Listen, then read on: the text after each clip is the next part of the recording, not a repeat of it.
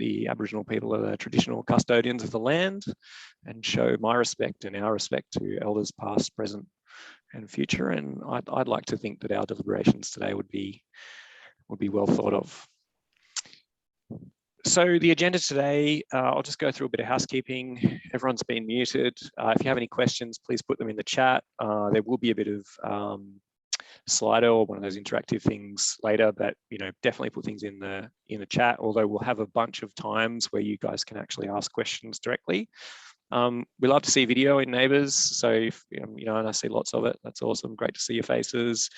If you could put your name in Zoom, that'd be super duper useful, because then we can understand who you are and where you're from. If you can put a little thing in. I'm just James Elks, but I'm James Elks NABERS.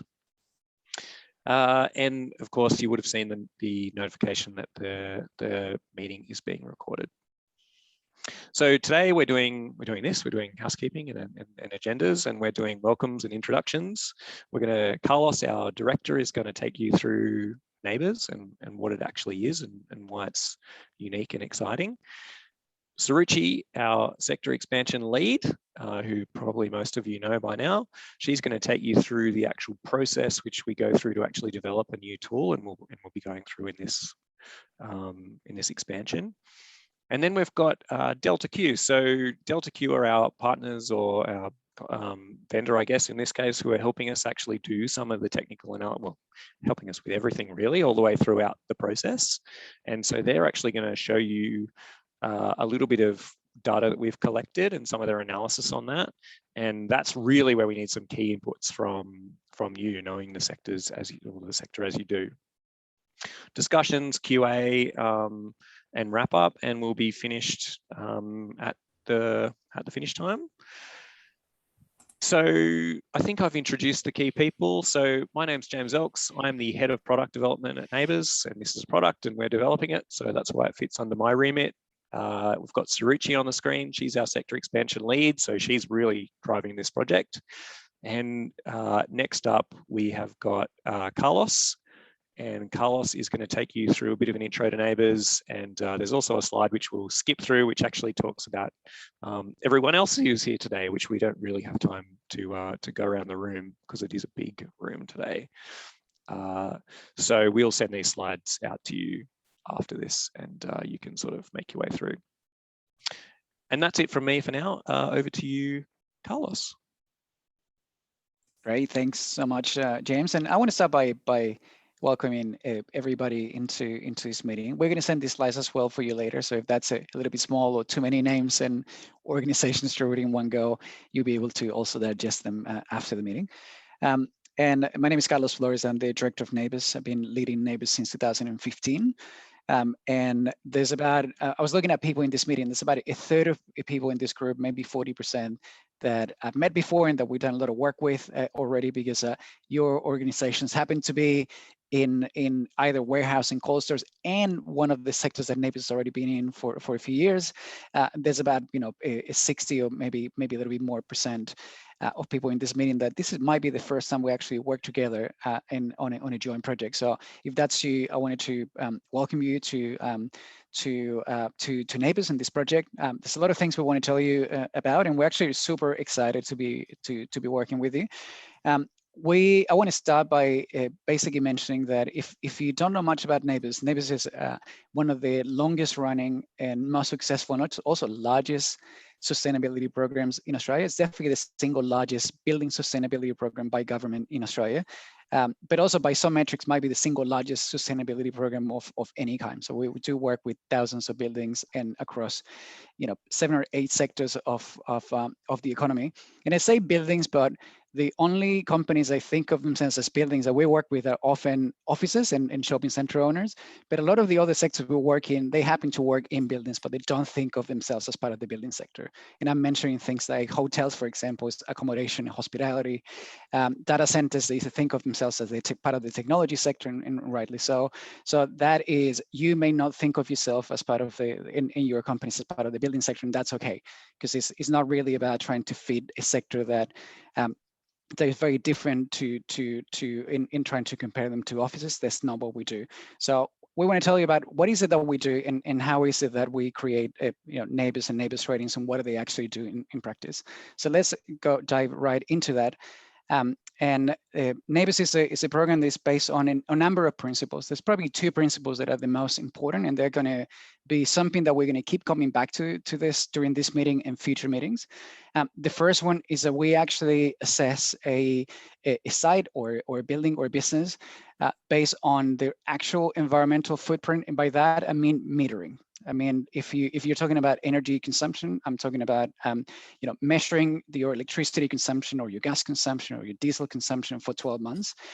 And the reason why that's important is because most certification schemes in a lot of sectors actually don't work on the base of meterings. They often work on the base of attributes of that building or features. If you're looking at the sustainability of your house is probably assessed depending on how much insulation do you have, how many lights of what kind of window frames do you have? Are they aluminum? Are they PVC?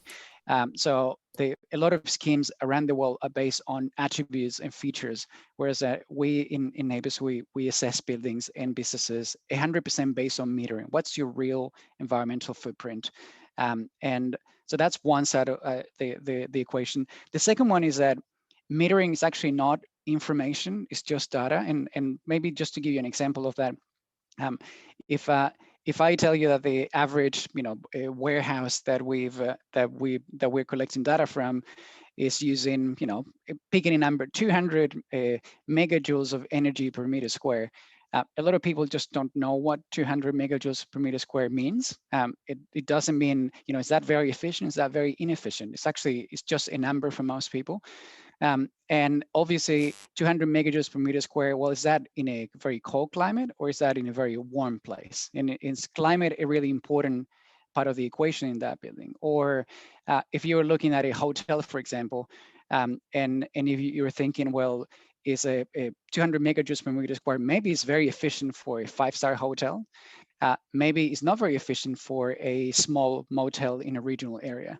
So often the comparison of buildings actually is quite a complex thing to compare, because there's factors like climate and size and specific attributes that make it really difficult to actually know, well, am I performing better? Like, is this number that I'm getting in my energy bill, does that mean that I'm using more or less than others? That is something that is often quite difficult to know about. So what we do in a program, in our program is taking metering, and I'm going to show you with a simple example of our rating scale in the next slide, what the NABERS star rating means. And if we could go to the next one, please, Ruchi. What the NABERS star rating, I'm going to skip this slide and go to the next one. What the NABERS star rating is, and I'm going to explain it in terms of the NABERS energy rating, but this project is also about NABERS water, and NABERS water works exactly in the same sense.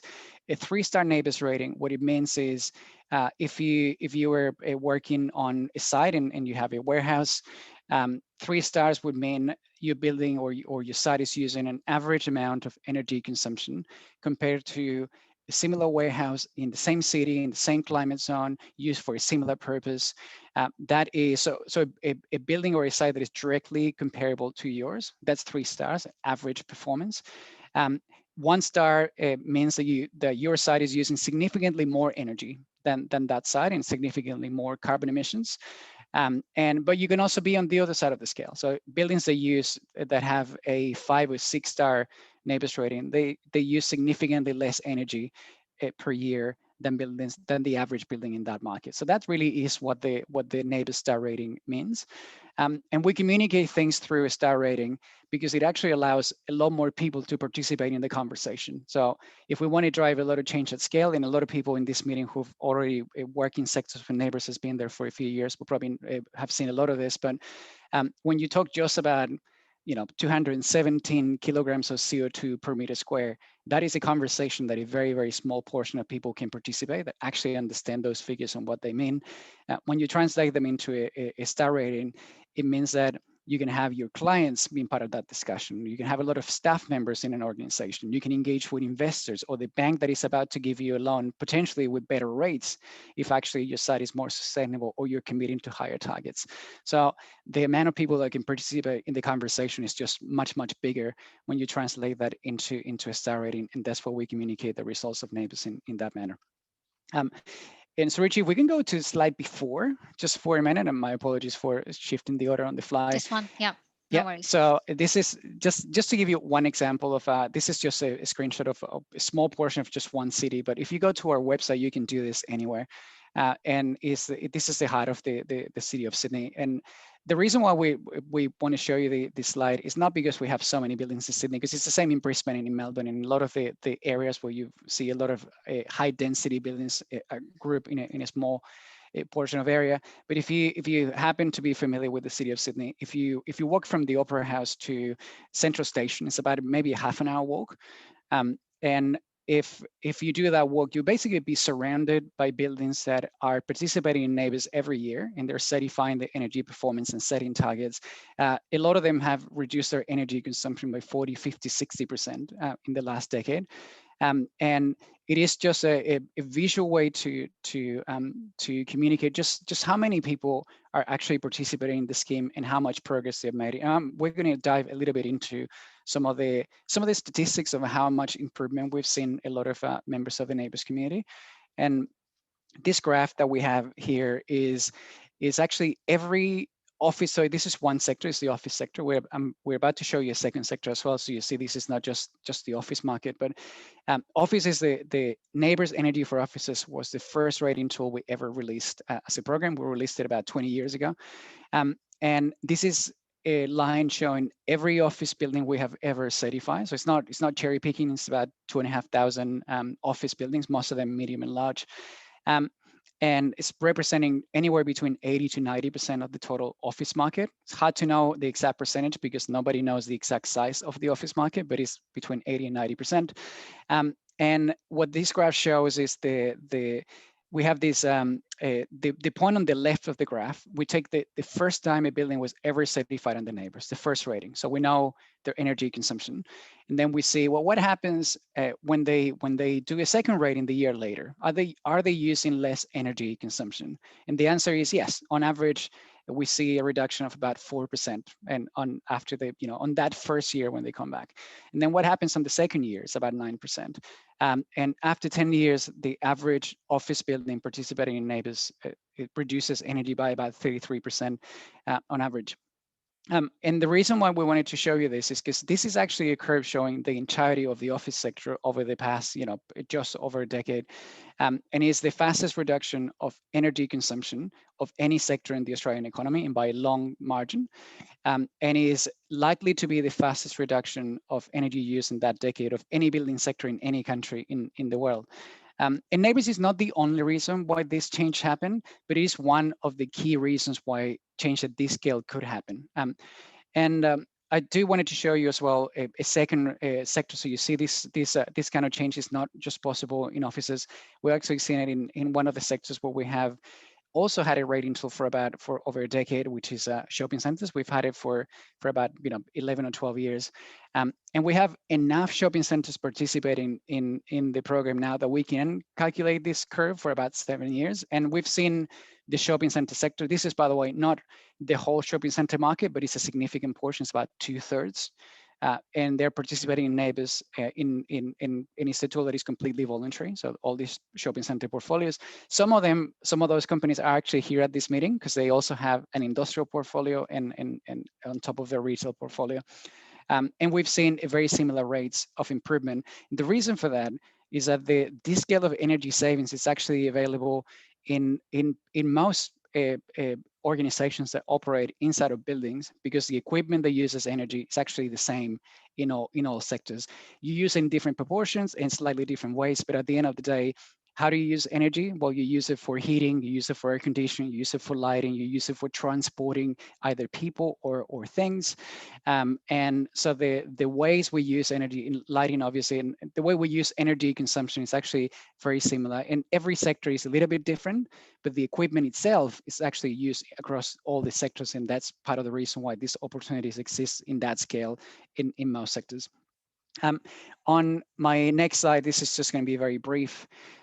This is basically a slide showing the rectangle you see in the fringes of the slide are basically the entirety of of the non-residential building sector. And by the way, often when people talk about buildings, a lot of sectors that don't think themselves as buildings are actually included in this, by the way. So it includes anyone who works in warehouses, includes anyone who works in cold stores. It's just the way that these numbers are often structured by the Australian Bureau of Statistics. And it's just showing just how many sectors are currently covered under NABERS, and it's about anywhere between 30 to 40%, all the things in blue. And all these squares on gray and green are part of an expansion of the NABERS program that is being funded currently by the Australian government, and who are also in this meeting, by the way. And the next sector in that expansion is this sector that we're working in, two sectors really, which is warehouses and cold stores. And we do them at once because there's actually some commonalities between the two sectors, and also some players that operate in both sides of the equation. So it's better to do them at the same time. On my next slide, very briefly, just to show you that this is, there's a lot of things in sustainability that are very fragmented in Australia. And I think one of the things that we've been really fortunate as a program is that because NABERS is a national program, all the governments sit in our governance. So whatever you are, your jurisdiction actually sits in the NABERS steering committee. All these decisions about what sectors to expand have been made nationally by all these governments. And so this is a national initiative, and we're hoping that it's going to become one of the biggest initiatives that a lot of other sustainability initiatives for either industrial buildings or warehouses or cold stores in particular are probably going to build into this rating tool going forward in the future, because that's basically what we've seen in all the other sectors where NABERS has been there for a few years. My next slide is, and I'm getting close to the end of this opening.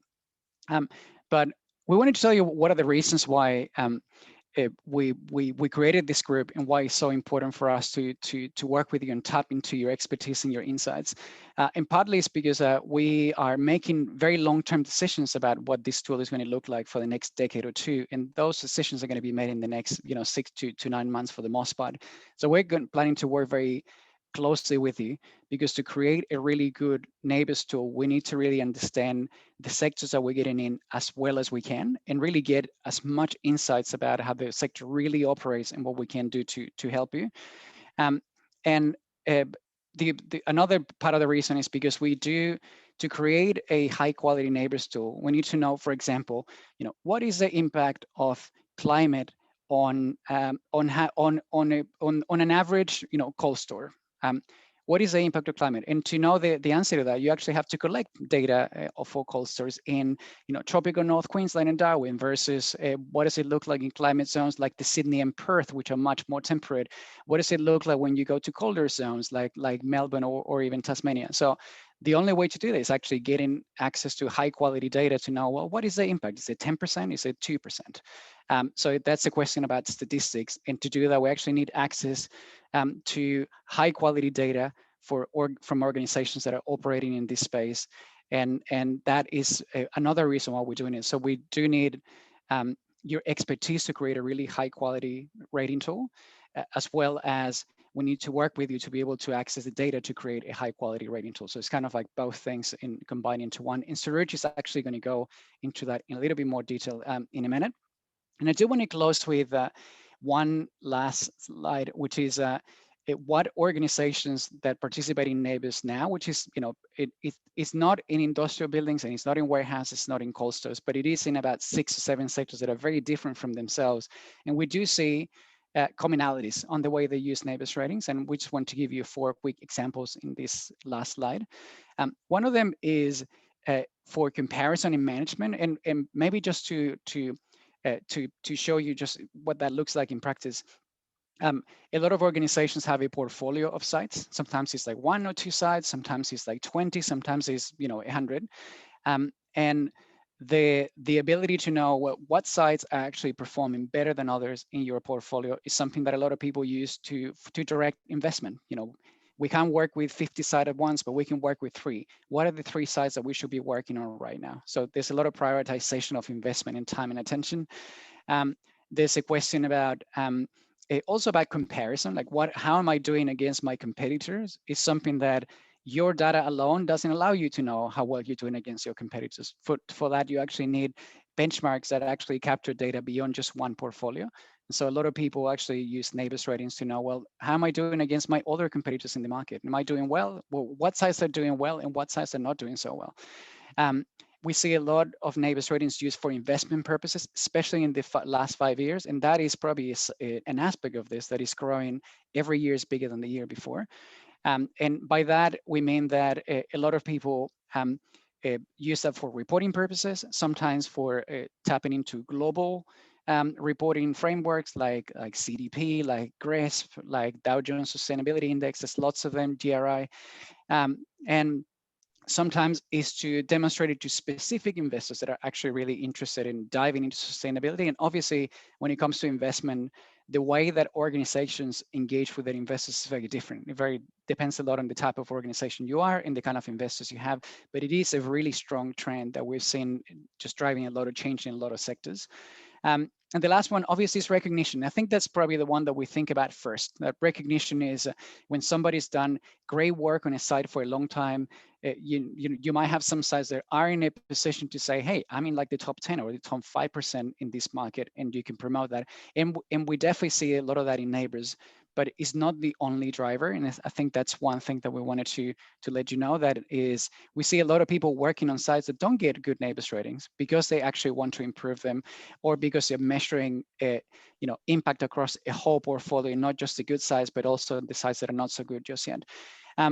There's a couple of more additional uses. We've seen a lot of people using NABERS ratings for finance and particularly for loans, which is something that is very common across any of the sectors that we're in. And we're seeing a lot more banks starting to offer concessional finance for either portfolios that are doing really well or portfolios that are committing to improvement targets. And maybe last but not least, NABERS is already connected. And Sergio, if you want, we could probably just pull down the slides for this last bit. But we've seen NABERS is actually embedded into the 3 largest white certificate schemes in Australia. They're available in 3 states and well, actually in 4 states, also the ACT. But the 3 biggest ones are in New South Wales, Victoria, and in South Australia. So the REIS, the Victorian Energy Upgrades, and the New South Wales Energy Savings Scheme.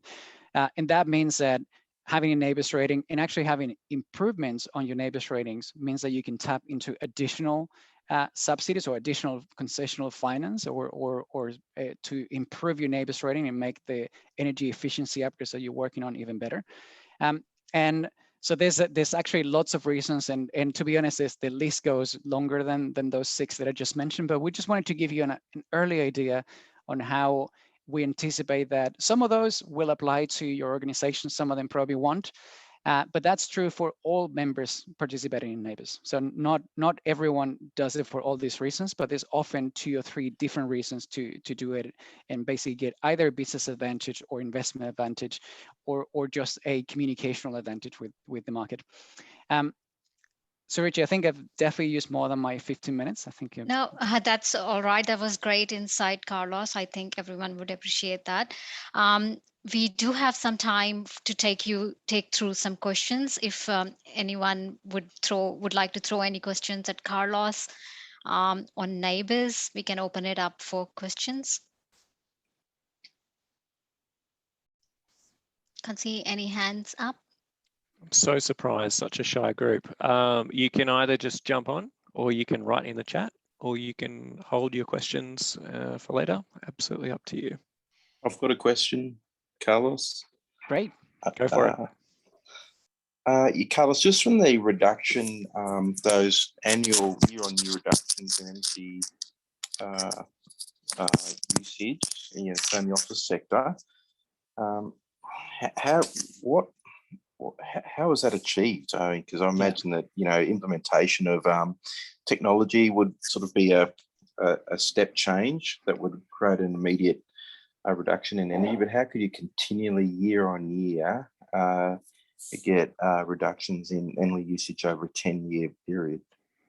Yeah, so I think it's a great question, and a few years ago we'd have had only anecdotal evidence, but there's a little bit more like concrete sort of reports and more quantifiable evidence, because we don't actually collect what all the projects that a building is actually doing on an annual basis. So we don't have that granular feedback, but there's a lot of evidence pointing towards maybe like a 3-step hierarchy, if you will, The first one is a lot of improvements that don't take a lot of money, so no capital, mostly operational, and they're about improving what's there already with the technology and systems that you have there, and sometimes with like small upgrades, like some metering, some better controls, but relatively low cost. What can be turned off when there's nothing operating, or if you're operating at 50% capacity, can a lot of things come down to that level? And so just becoming more efficient with what you have is a huge line. And I would argue that it's maybe like the #1 driver of energy savings as bulk is probably that, maybe more than a third. A second category is it's about when an equipment is reaching its life, so the end of life. So you have a boiler, it's been there for 30 years, it's going to be replaced. At that point in time, upgrading for a much more efficient system is a lot cheaper than if you do it at any point before, because you are going to pay for a new piece of equipment anyway. So maybe you only have to spend 10% more, but you get a lot of savings. And that is definitely like the #2. What a lot of people think of when you think of energy efficiency. Like a lot of people think about paying for new equipment that is more efficient, and that's probably #3. It's definitely there, but is often what we see. We see people taking that leap once they've really worked really hard to exhaust a lot of the lower cost options and the end of life replacements. And I would argue that the end of life option is very popular, especially among portfolios that have lots of sites. Because if you have, a portfolio with like 10 warehouses, some equipment in those warehouses, every year there will be an end of life replacement somewhere. And if you have 20 warehouses, it's even more. So if a portfolio has that kind of scale, you can really use that lever, because every year you will have a really good place to invest and get a lot of savings in one go. I'm not sure if that makes sense. There's a few people in this meeting as well that have done a lot of work with organizations, several sectors, on what that means in, how do you get savings in offices? It's a bit different than in shopping centers, a bit different than hotels, definitely quite different than in data centers, which is, really big air conditioning system in a really small area. But that strategy of like zero cost or very low cost, let's just maximize that, then end of life equipment. And then once you've exhausted those two, let's move into like, what is the next best equipment to replace, is often something that we've seen from a lot of companies. Does that make sense? So yeah, no, thank you. Thanks. That's great. Thanks, Carlos. I think our next question to Alex. Hi guys, Alex from HFM. We've seen a lot of uptake in the office sector because of the mandatory disclosure program, and shopping centres you also talked about seems to be a big uptake from the large scale REITs and stuff like that. Where do you see the uptake happening in the industrial warehousing market, and what sort of things could you do to sort of fast track the initial uptake after the rating tool and the program has been released for this market sector? It's a good question, Alex. And to be honest, we are studying our work with this. We've been working very focused on this for about 3 or 4 months. But obviously, we're going to learn a lot more going forward over the next 12 months. So I think it's a question that we are still working on the answer. But based on our experience with 6 or 7 sectors and the conversations we had today, the beginning of action in any sector always comes from organizations that are the most ready to actually drive change sustainability. So in every sector, there's a portion of organizations that have been thinking about this for a while. And there is definitely a bias sometimes at the beginning of that action for companies that are larger on average. There's also a lot of small operators that are doing great, but on average, larger companies sometimes have a sustainability team, whereas like most smaller organizations don't have that. And so who do we think it might take action on this earlier? I think is very possible that a lot of organizations that are in this meeting are partly in this meeting because they've actually thought about sustainability before. Even though for some of you that might mean that you actually have an explicitly sustainability related role. In other cases, maybe you don't, but the organization is happy for you enough to be participating in a process like this. So that's already an indication of organizations that are, more ready to drive this change than maybe others in the same sector. But the reality, Alex, is that there's there's a difference between what happens at the beginning. At the beginning is often, 5, 6, 10 companies and organizations that are ready to do that, versus the other, 50 or 60 that come after that, maybe make a significant bulk of the sector. And often to drive that kind of change, you need to tap into bigger drivers that touch a lot more companies. It's possible that may come from a combination of some government programs that we've been working with a few governments that might actually build on NABERS and offer some incentives, for example. That's one thing that can help us grow a little bit sooner. Investment drivers is also something that, some organizations in these sectors are actually very investment exposed. Others are not at all. So it's going to be, investments always a mixed bag, but it's possible that investment can really help us create additional drivers in this sector. And I think any ideas that anyone in this meeting have along the way are really going to help us, because we are in a position where we talk to most state governments. We talk to the Australian government all the time. We work with a lot of the largest local government areas, and we have deep roots with local government organizations. So we are in a position where we can help drive policy or incentive schemes. But often what we need is your expertise on what works, what's going to work in this sector, and how do we create programs that tap into the way that these sectors are structurally organized. And I think that is something that we have to work on together. So our focus this year is going to be on the rating tool and setting the foundations for that. But soon after the tool is launched, which we're planning to have towards the middle of 2022, we're actually going to be working very focused on how do we support a lot of the early adopters that are going to jump in and start certifying their buildings. How do we actually help them to be able to, first shine the spotlight on those that are willing to go first, but also what can we create around them to support a lot of organizations that might be not quite ready to be the first, but ready to be among the first, if that makes sense, Alex. Thanks, Carlos. Thanks, Alex. As you can see, Carlos is an absolute font of knowledge, and he's also a really fast typer. And so we are going to move on into the next section. And please keep putting your questions in the chat, and we'll keep responding to them as quickly as we can. So now I think we're moving on to you, Suruchi. Sure. Am I on mute? No. Thanks, James. And thanks, Carlos. I think we have a few more questions in chat, and we'll have some more time later through the meeting, and we might have a little bit more discussion further down the track. Yeah, I think most of you know me. We have probably met one-on-one, and today we are meeting in this first advisory panel. I'll talk briefly about the type of facilities the rating tool will cover, the building principles of NABERS rating tool, and hence the principles warehouse and cold stores tool will be based on, the tool development process, and some timelines. So the intention for the rating tool will be to cover the two types of facilities, so A, warehouses, and B, cold stores. The tool will also cover the combination of these two facilities. For instance, a warehouse that has a cold store or a cool room as a part of facility, and vice versa. And for warehouses here, what we mean is warehouses as well as distribution centers. What we need to know here is the tool will not cover manufacturing or industrial facilities, as the main energy use for such facilities is heavily process intensive. And there's another point to note in this rating tool is that the rating tool is intended to rate facilities at the building level, not the complex level. What that means is the tool will be able to rate a warehouse or a cold store, but not a group of warehouse buildings in an industrial complex.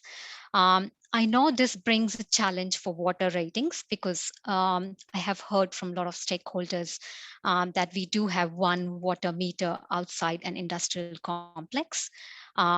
And that would mean we would be looking into options like apportioning or some other solutions to that challenge. However, just want to reiterate that this tool will be on a building level. Also, this tool process will result in rating for energy and water for the facilities. However, further down the track, we will also look into waste ratings and hence the carbon neutral ratings for this particular sector as well. Move on to my next slide. I'm going to talk about NABERS guiding principles for rating tool development. So the 5 pillars or the principles for the NABERS rating tool. The first one is metered performance. As the name indicates, the rating for the building or the facility is based on actual metered performance, so not the projected or the simulated. The rating is based on the annual consumption of energy, so be it electricity, gas, diesel, or LPG, or the annual consumption of water. So it's based on your actual bills or the metered performance. And that brings to our second principle, which is technology neutral. And what do we mean by technology neutral here is rating is independent or neutral of what measures or improvements are put in place. So it's purely based on the end consumption and is not dependent on the fact what type of improvements were put in place. It could be improvement in lighting, or it could be improvement in your facility operations, or it could be that you've added your solar panels or have on-site generation. So the rating is measuring the impact and not the intent. This is the capability of this rating system, that we are not giving you points because you've had solar panels. With the rating is calculating the end result, so the impact, not the intent. Whatever way you want to approach it, could be the very cost-effective way, or could be a way you prefer for your facility. Fair comparison, I think Carlos touched on this a bit. By fair comparison, what we mean here is we do not want to compare apples with oranges. The algorithm accounts for the correction as required, be it for climate or size or any other variables which will be determined and are determined to have an impact on energy or water consumption. And these variables are determined by the process of benchmarking, which we are in the progress now for warehouses and cold storage sector. The next principle or the pillar I would say is operational control. The principle we always promote in NABERS is measure, manage, and improve. So you can only improve what is in your operational control. For example, I'll touch on our latest new tool, retirement living facility. We just now launched a tool in retirement villages and residential aged care. The retirement living facility, the energy rating covers is the central facilities, which is the pool, the gym, the street lights, or the service apartments, but not the independent villas or dwellings or townhouses, because that's not in the operational control for the owner. So our intention is to give you that liberty to make those improvements in your facility.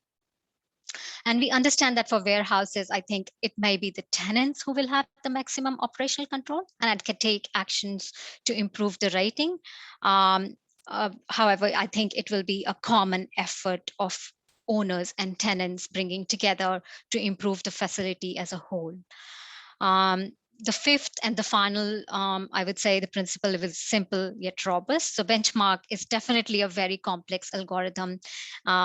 Grace and George, the Delta Q team, will take us a little bit through benchmarking after my session. And you will see how complex this process is. However, the rating is as simple to understand and perform as possible. So the rigor that goes in developing and the fair benchmark we develop makes it very easy to understand star rating measurement. And then you have this measurement tool to kickstart your managing and improving your building and stepping onto your building improvement journey. So the intention here is to bring a right balance between accuracy and practicality. So these are the 5 main NABERS guiding principles, which all tools are based on, and the warehouse and the cold store tool is also based on. Now I'll talk a little bit about the rating tool development process. You can see the flow chart here about the different phases a rating tool incorporates. And the timeline up there is financial year 2021 to 2022. So we already started very 1st of July, and we intend to launch a tool towards the end of this financial year. Fingers crossed, if we receive data from you guys, we should be able to do that. The intention is that we finish and launch this tool ready for you guys to use towards the end of this financial year. The first phase we are at the moment is in the data collection phase. We start to collect the annual consumption, the site size variables, or the operational hours of the warehouse, and the other operational features which may have impact on energy consumption. And once we have that data from those diverse facilities, we move on to technical benchmarking. That's where we start crunching our numbers and doing regression analysis to see what variables are making an impact on the energy consumption or on water consumption. That's where we start adjusting onto for climate, for size, and create that benchmark. Once that benchmark is completed, parallelly we start our I would say a master document called rules document, which helps assessors to follow and to collect the data, what they need for rating. And it helps the rating to be very fair, accurate, and I would say the methodology which they can follow to create a rating in a uniform way.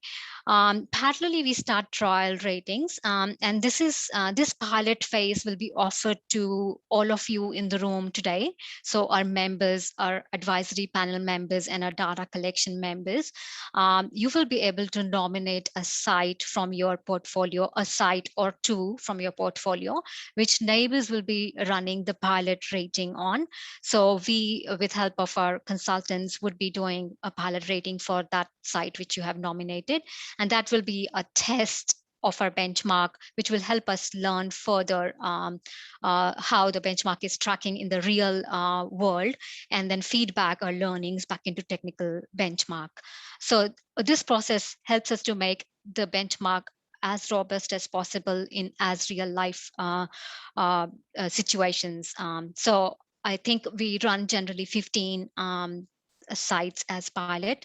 That's what we did for last tool development, and that will be the idea for now. The next phase is assessor training. Our assessors are trained to do rating for each sector, and likewise they will be trained for warehouses and cold store sector.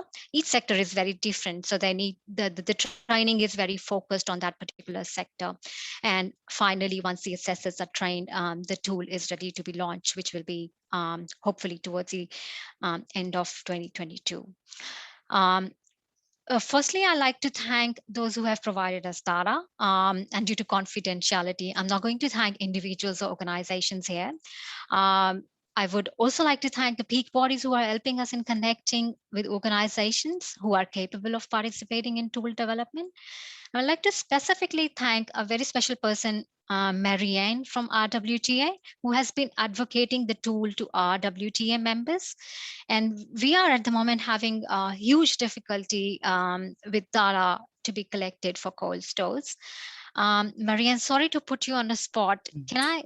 Can I put you on a spot and maybe ask you to say, maybe do a bit of a call out from your end? For sure. So hi everyone, I'm Marianne from RWTA, which is the Refrigerated Warehouse and Transport Association. I'm the Executive Officer. I've been in the position for coming up 4 years now.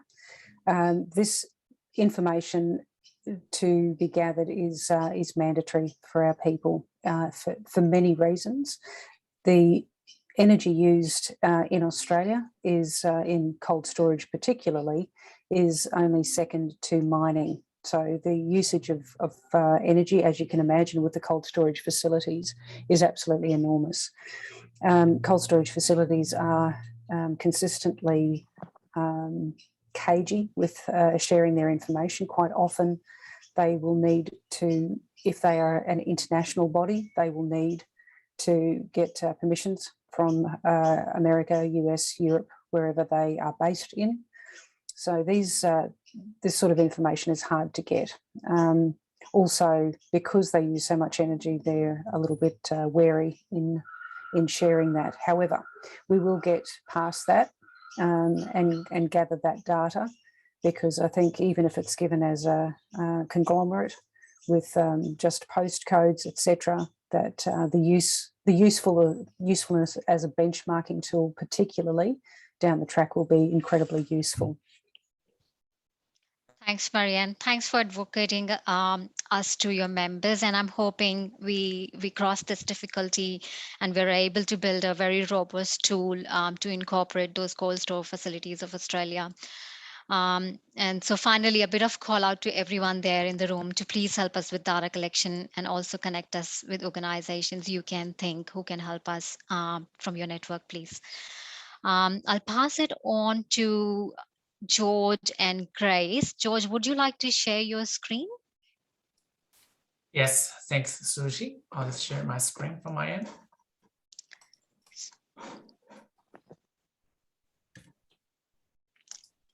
I think George and Grace will take us through some early benchmarking or early data analysis.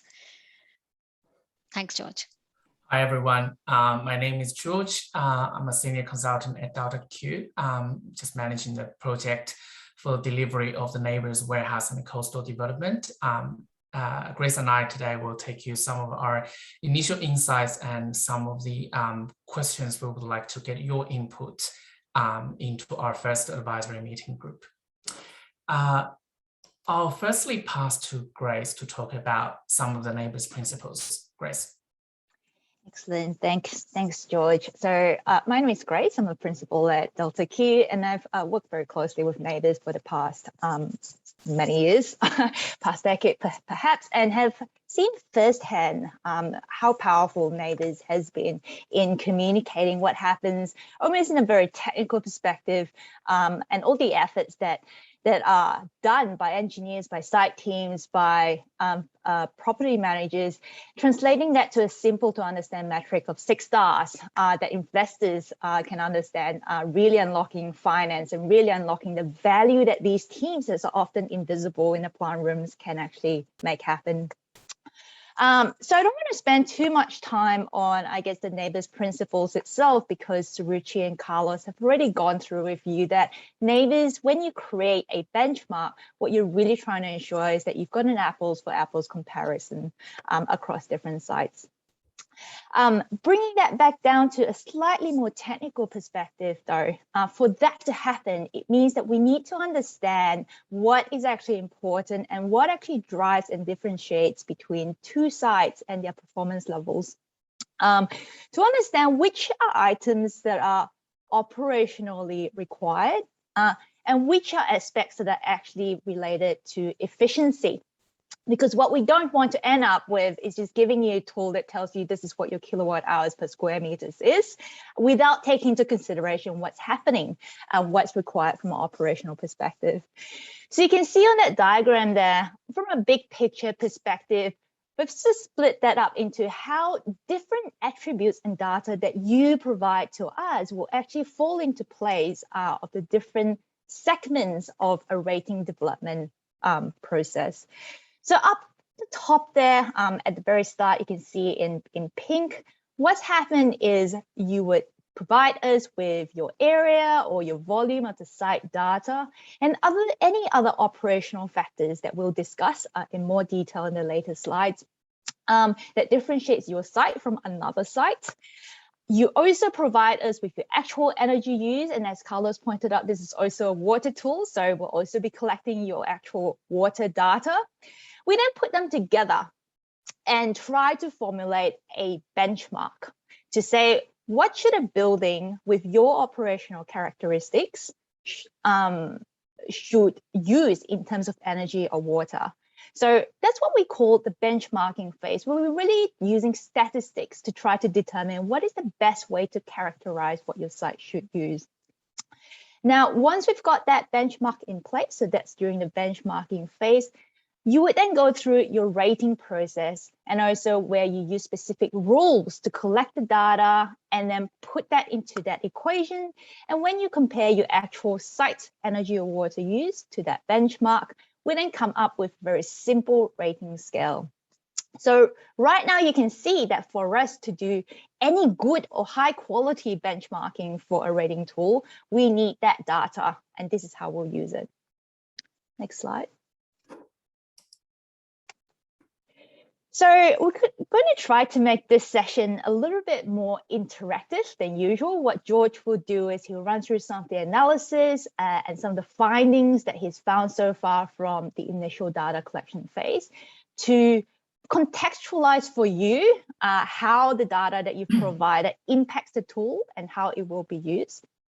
And then we actually have a few consultation questions for you to help us make the decision of how to make the tool best suited for you. So there's really two parts to today's session that we're going to quickly run through. The first objective that we want to meet or try to address today is to agree on the coverage and the scope of the rating tool. Now, Suruchi had actually alluded to some items that would be excluded, such as manufacturing from the scope of the tool. Is that something that industry agrees with? We also want to agree on the coverage of the tool. What energy should we include in that? And that will have implications on the data collection and the benchmarking down the track. In the second part of today's session, so we really only have about 30 minutes for this, we then want to give you an update on our first pass of what we think in terms of the variables that will be used in that equation, the benchmark equation. The first is, how do we scale your energy and water use? That's the first order correction to say, this is your energy use intensity or water use intensity. And we also want to discuss with you other adjustments that might be required to the benchmark. So that's where we actually start taking your operational requirements into consideration. So George, take us through the next session. Thank you, Grace. Okay, so I will just take through the consultation session. So first of all, the rating tools coverage, as Suchi mentioned earlier, we try to cover the warehouses and also cold stores. The cold store definition is with a temperature controlled range below 15 degrees. Or a combination of both to cater for the sites where you have both the warehouses and the cold store operations. Here is some of the overview of the data we collected so far. So the left-hand side graph shows the data points percentage by the sector. We have 70% of our data connected is in the parcels and the documents sector. We have about 4% data is for the perishables and 4% for medical supplies and 22% for miscellaneous. So in miscellaneous categories covers like the bulky goods or the sun-dried items and the perishables, etc. And depending on the feature of each size, so you could have cold store and you also could have a temperature controlled area, let's say between 24 degrees to 15 degrees. So between, based on these features, we were able to categorize all the size into 4 different categories. So the cold store category refers to the sites has some portion of cold store areas on their sites. The conditioned category means the sites have some certain portion of area with temperature controlled between above 15 degrees and below 24. The both category refers to the sites have both features. And the neither category refers to the sites have neither the cold store or temperature controlled area reported. So as you can see that most of the data points we collected so far are for the neither group, and the cold store group will only have 7% of the data points, which reiterates Suzuki's point earlier that we really need to collect more data for the cold store category. So now comes to our first consultation questions. I'm just going to launch the poll. So the first question, I'm going to launch the poll now. So the first question we have is, do you agree that the scope of the rating is for a whole building energy use, including the occupier's energy? And if disagree, do you think you can provide data that separates the occupier's energy from a base building services? So from our data that we collected so far, the analysis we find is generally there is only one electrical or gas meters for the whole warehouses. Generally, there's no metering in place to allow the occupier's equipment or process energy to be separated from energy kind of base building kind of services. So I'm just sharing the results here. Looks like most of our answers so far leading towards the rating tool, the scope of the rating tool is for the whole building energy usage. And I would encourage people to make comments after you make selections and to give us some of your insights, particularly people who choose no for the first questions. Marianne, You've got please. a hand up, I think. Marianne, yeah. One of the questions that I wanted to ask, and I just saw Stefan come up with, what is occupier energy? Probably answer that one first, and then I'll ask my questions, because you're looking at some facilities will have blast freezing, ambient, cold, chilled, and office in there as well. So, sorry, I'll go back. What is occupier energy? That's from Stefan Jensen. So occupier energy is the energy related to the operation of your site. So I could give an example of the base building energy. So for example, that would be, say, exterior lighting. The occupier won't have, say, control over, or ceiling fans, or in some instance, or interior lighting. But in a cold store kind of scenario, all the energy consumption in relation to the cold store would be considered as occupier energy.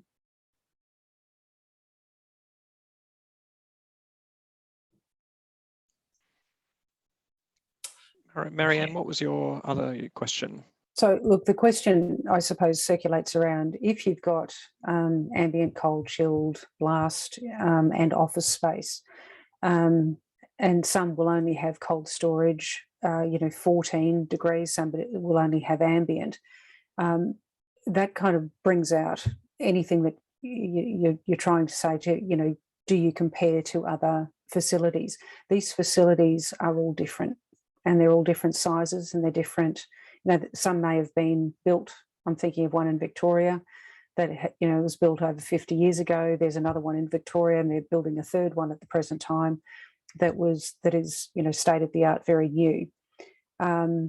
These are going to be hard as comparisons to do, and particularly because you've got those different levels and sizes of facility, and also when you're looking at, this is just on a different side of things, I guess, is when you've got tenants in comparison to the owners of the building. The owners, why would they change anything? So if a tenant has, we'll use the word rented the place for the next 15 to 30 years, they're paying the bills. The owner, if their bills are being paid, why would they spend more money to upgrade a facility that's being paid for? Why would they care?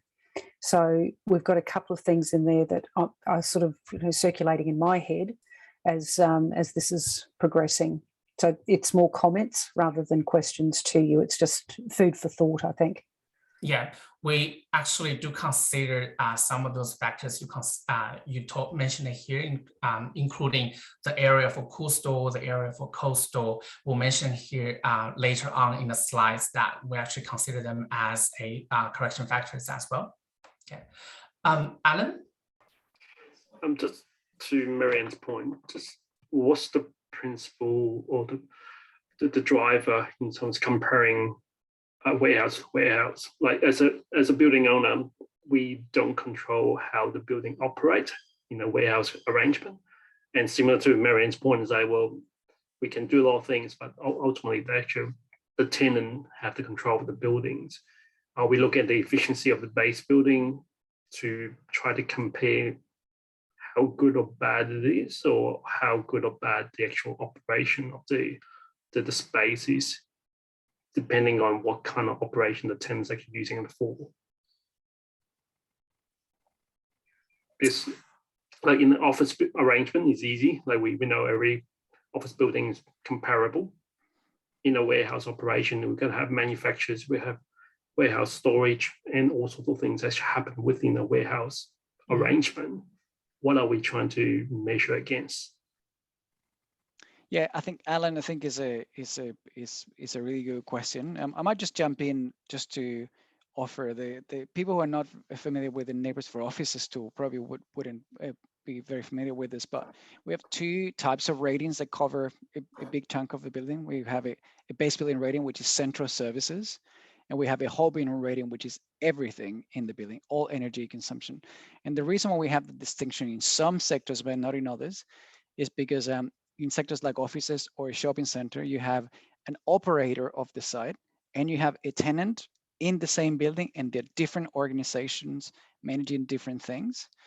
I think in most examples of warehouses that we have seen, there is an owner, but the owner is not involved in managing the site. So we actually don't have two separate bills. We just have one bill that covers everything. So I think that this question was I think if there is a scenario where you have an owner that is managing energy on site and some equipment, and then the occupier is managing different equipment, then there is a case for having potentially two separate tools. But if that situation doesn't happen very often, it's very difficult to have a base building rating. Is impossible because the owner is not really managing any equipment. And I guess maybe like an interesting way to rephrasing this question is anyone aware of a situation where you do have an owner that is very involved and an operator that is also there on site? Because if that's not the case, I think this question number one sort of answer itself. There's just one user, it's just one meter, and there's just one type of rating possible. Is that fair, or Alan? Yeah, I guess like a lot of times, like as a REIT, we try to sort of get more data, but a lot of times we don't have the access to those kind of data from the customer side of things.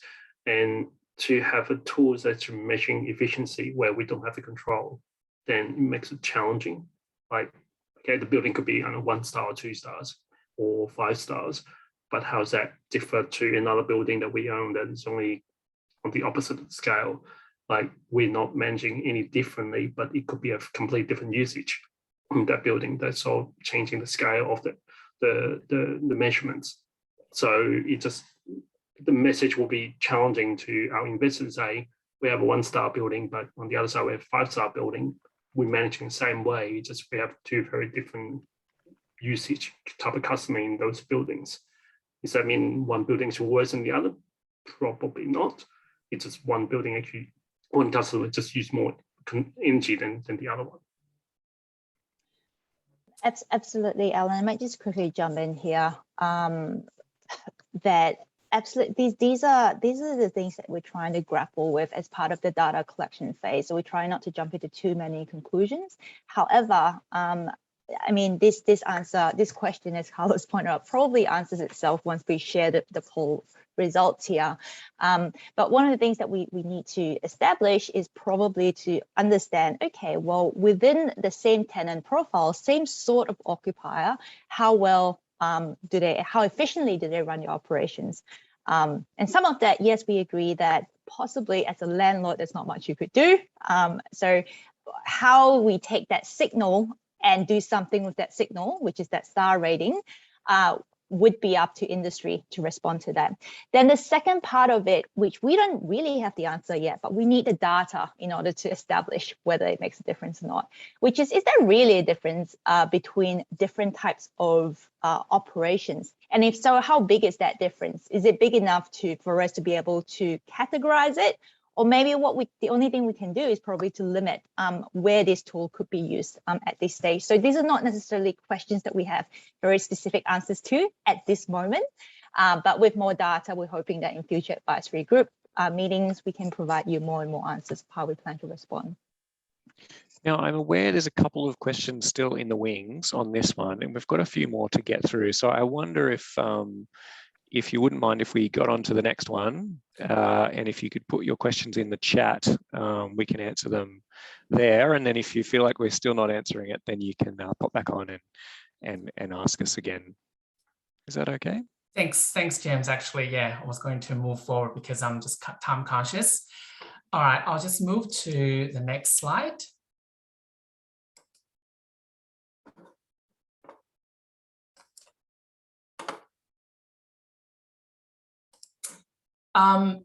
Okay, so the next question we have is that, do you agree that the rating tool should exclude process energy related to the manufacturing? So for example, in baking or pet food manufacturers. I guess Suzuki's earlier presentation probably allude to some of those answers. So I'm just going to open up the pool.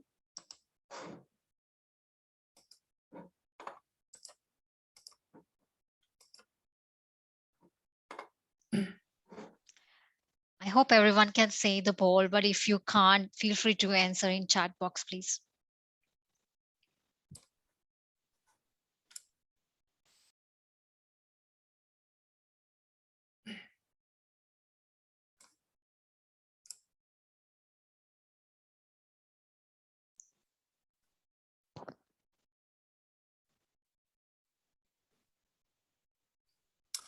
Okay, looks like initial results coming in. Most of people agree with that our rating tool should exclude the process energy related to the manufacturing. Can I just ask a quick clarifying question? Sorry, I haven't raised my hand here. Sure. When you're talking about manufacturing, is it of the product that is going out, but if there's manufacturing to be done in terms of supporting that cold chain? So for example, if you're filling and blast freezing ice packs on site, right, where you're not manufacturing necessarily a separate product, but it is part of your cold chain, is that something that is within scope of this manufacturing question? Yeah, I think manufacturing here we're really looking to is not something that you use to transform the raw material into a kind of end product. And we categorize that as manufacturing energy. So just to quickly answer your question about blast freezers as well, we had actually consulted with industry of how much of their cold store stock or warehouses stock actually have blast freezers. And what we heard to date was, well, actually not many. And in fact, none of the data that we collected do have blast freezers. Now, of course, that's not necessarily true of the industry. We know that. And what we want to, if you do have sites with blast freezers, what we will call for you to do is to provide that to us and say that this site has a blast freezer. And secondly, the most likely treatment of that is going to be submetering for exclusion at this stage. But of course, this is early discussions. But first, we need that data to be able to classify that. Okay.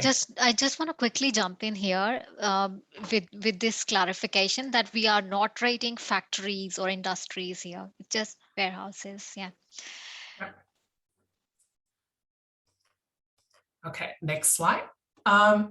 So we connected some, we have some data points, and then this slide shows you some of the valid inputs that we have from the data set we connected.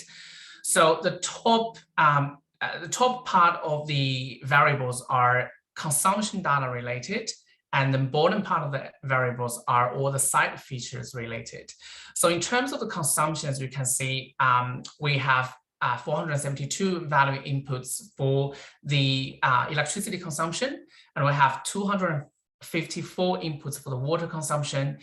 Gas consumption inputs are much less, it's only 63 inputs.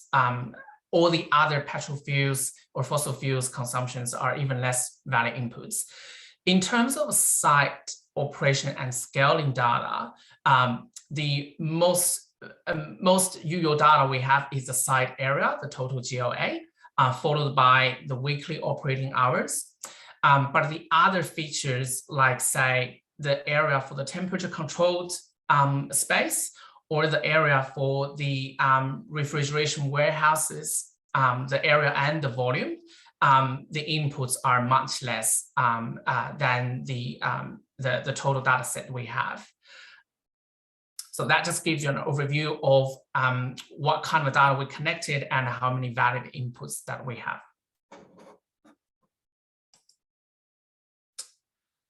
So based on the data we have, we did some preliminary data analysis to detailing this, to analyze the scaling factors. So we can roughly divide them into two groups. So the general warehouse group and the cold store group. I did mention that there are features for temperature controlled area. So because we consider them as a corrections for either of those groups, so they can, the general warehouse would have some of those areas, or a cold store would have some of those temperature controlled areas. So broadly, we're just looking at the general warehouse group and the cold store group. In terms of primary scaling factors, for the general warehouse group, we can see that site area is a primary scaling factor. And the R-square for that is about 0.28. So it can explain about 28% of the variations. In terms of cold stores, we found that the cold store volume is a primary scaling factor. And we can see that it's actually have a really high correlation between the consumptions and the cold store volume. The R-square is as high as 0.89. So those are the scaling factors for the two general types of the warehouses within our benchmark. So our next consultation question is, for general warehouse, do you agree that the area is a credible metric as a primary scaling factor for water and energy consumption? And for the cold stores, do you agree that the volume is used as a primary scaling factor? And can you provide any of this data for your sites for the benchmarking? So I'm just going to launch the poll.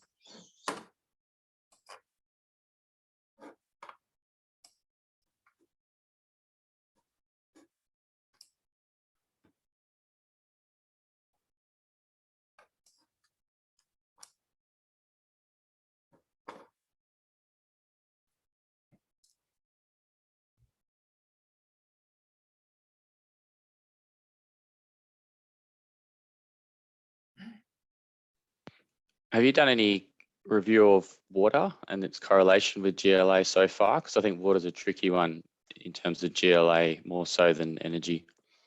We did some very high level preliminary analysis on the water consumption as well. And it shows a kind of high correlations between the square meter and the water consumption, and also the intensity of the water consumption per square meter wise are quite consistent, as have a narrow kind of variance in that regard. But we do recognize there are some other factors to impact the intensity of water usage, which we'll take into consideration for the secondary scaling factors, such as the number of employees or the weekly operating hours. Those could be the factors to impact that as well.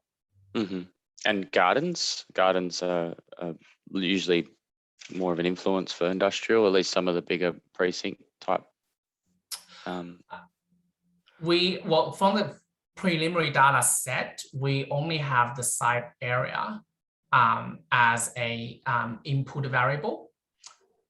So we don't have the that kind of variables for the gardens, the areas just yet.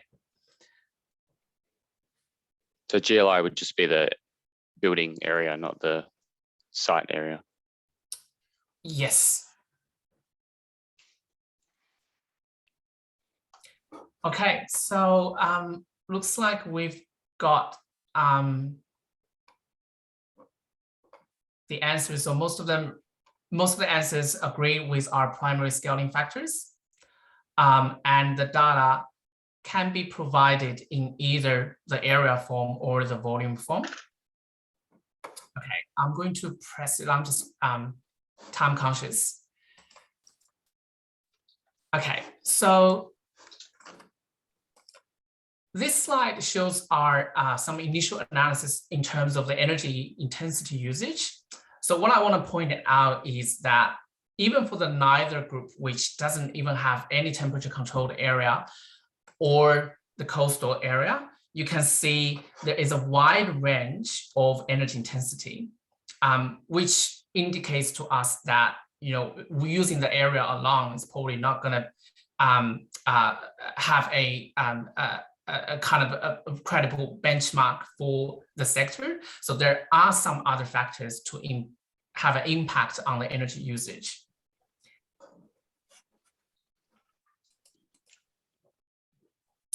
And so that comes down to our secondary correction factors. So in addition to the primary factors were identified, here are the list of secondary factors we are considering to further correct that benchmark. So in terms of general warehouse, we are considering weekly hours. We're considering number of full-time employees. We're also considering what's the area of temperature controlled area above 15 degrees and below 24 degrees, and also climate.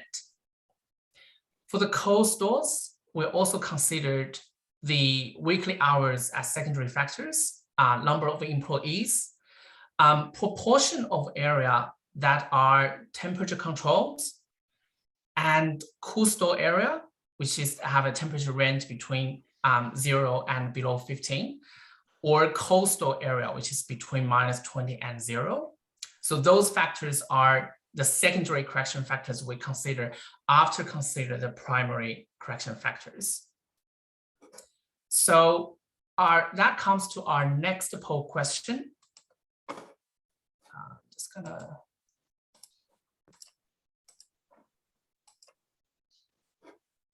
okay. So do you agree that the above variables should be considered for the benchmark formulation for the general warehouse? And is this data recorded by your organization? And can you provide this data, any of this data for any of your sites?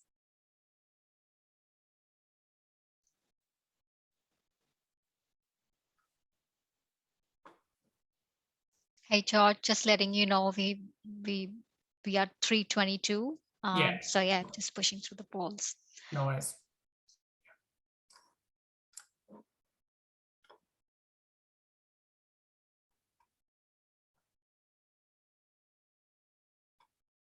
Okay, looks like for the general warehouse, most of the answers,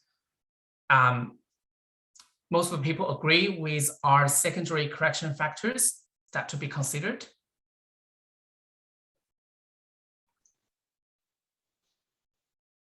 That's great. Yeah.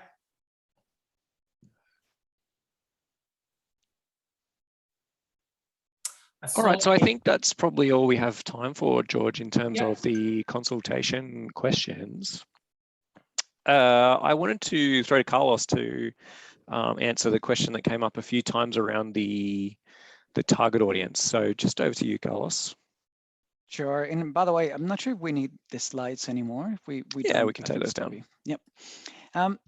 I think that, so there's a question that came a couple of times about, and he came out with the first question, which was a mix of, you know, what is the most logical way of divvying up the building, which I think is based on most feedback is there's just one building and often just one user, so there's just one rating, versus who is the target audience for that rating.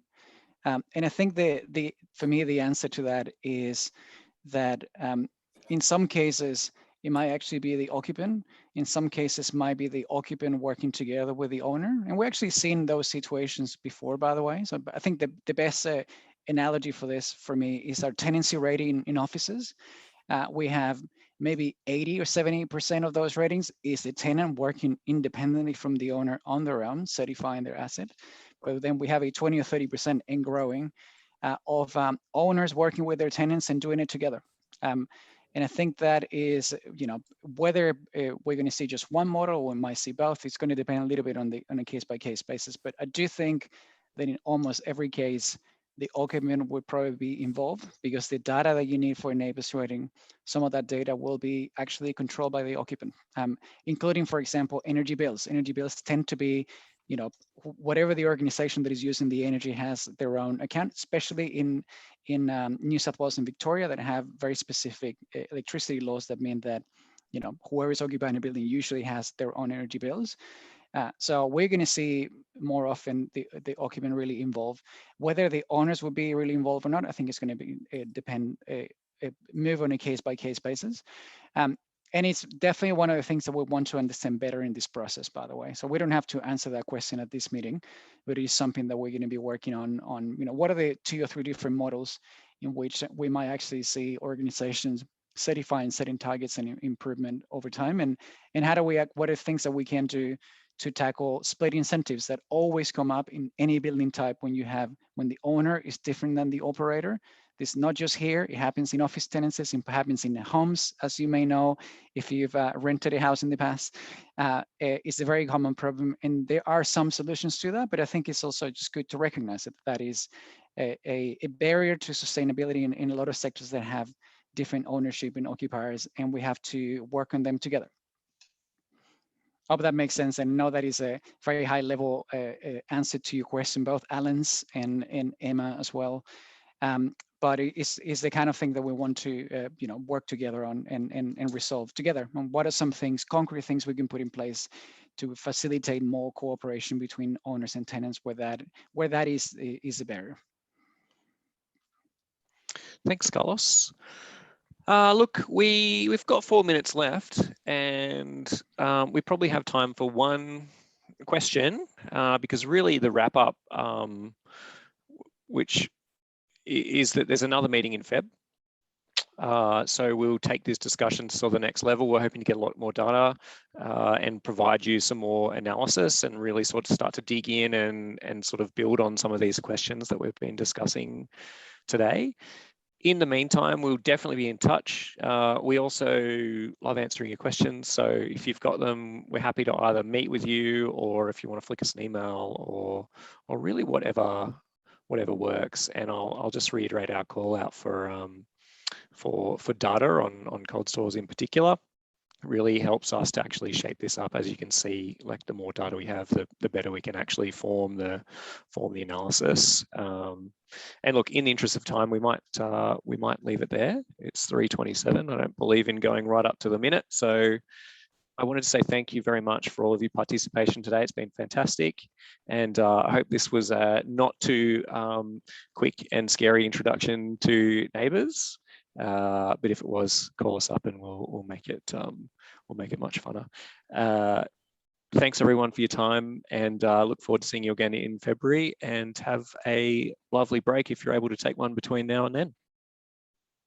Thanks so much. Thanks. Thank you. Thanks, everyone. Thanks, everyone. Thanks, everybody. Thank you. Thank you. Thanks.